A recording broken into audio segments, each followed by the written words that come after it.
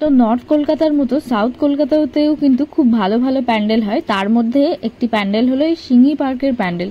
তো তোমরা যারা বালিগঞ্জ এরিয়াতে ঠাকুর দেখতে আসো, সাউথ কলকাতার সব থেকে মোস্ট যেখানে সব থেকে বেশি প্যান্ডেল পাশাপাশি দেখা যায় সেটা হচ্ছে সাউথ কলকাতার যে গড়িয়াহাট, বালিগঞ্জের স্টেশনের কাছাকাছি যে গড়িয়াহাট, সেখানকারই একটি প্যান্ডেল হলো এই সিংহি পার্ক প্যান্ডেল।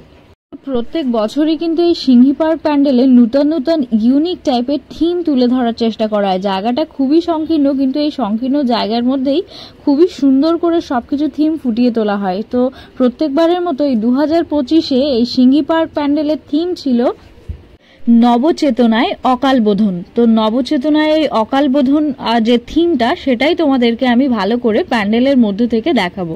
তো প্যান্ডেলের মধ্যে প্রবেশ করেই তোমরা বাম সাইডে এরকম সুন্দর একটা বুদ্ধদেবের মূর্তি দেখতে পাবে, আর উপরে একটা খুবই সুন্দর, এই জিনিসটা আমি জানি না কি, তবে পদ্ম ফুলের মতো যেটা আর্টিফিশিয়াল বানানো, সেটা রাউন্ড করছিল। আর মায়ের প্রতিমাটা দেখো, একদম পুরো ডাকের সাজ দিয়ে একদম ট্র্যাডিশনাল কিন্তু মায়ের প্রতিমা করা হয়েছে।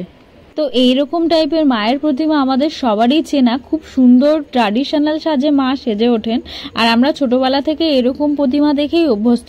অবশ্য এখন বিভিন্ন প্যান্ডেলে বিভিন্ন রকমের মায়ের প্রতিমা করা হয়। আর এখানে দেখো প্রত্যেকটা মাকে প্রত্যেকটা প্রতিমাকে বেনারসিতে সাজে সাজানো হয়েছে। আর দেখো সিংহি পার্কের এই প্যান্ডেল দেখার জন্য কত মানুষের ঢল নেমেছে।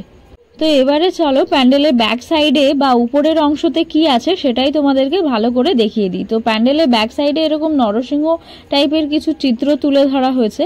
আর প্যান্ডেলের ভিতরটা খুব ছোট হলেও কিন্তু খুবই সুন্দর কালারফুল করা হয়েছে।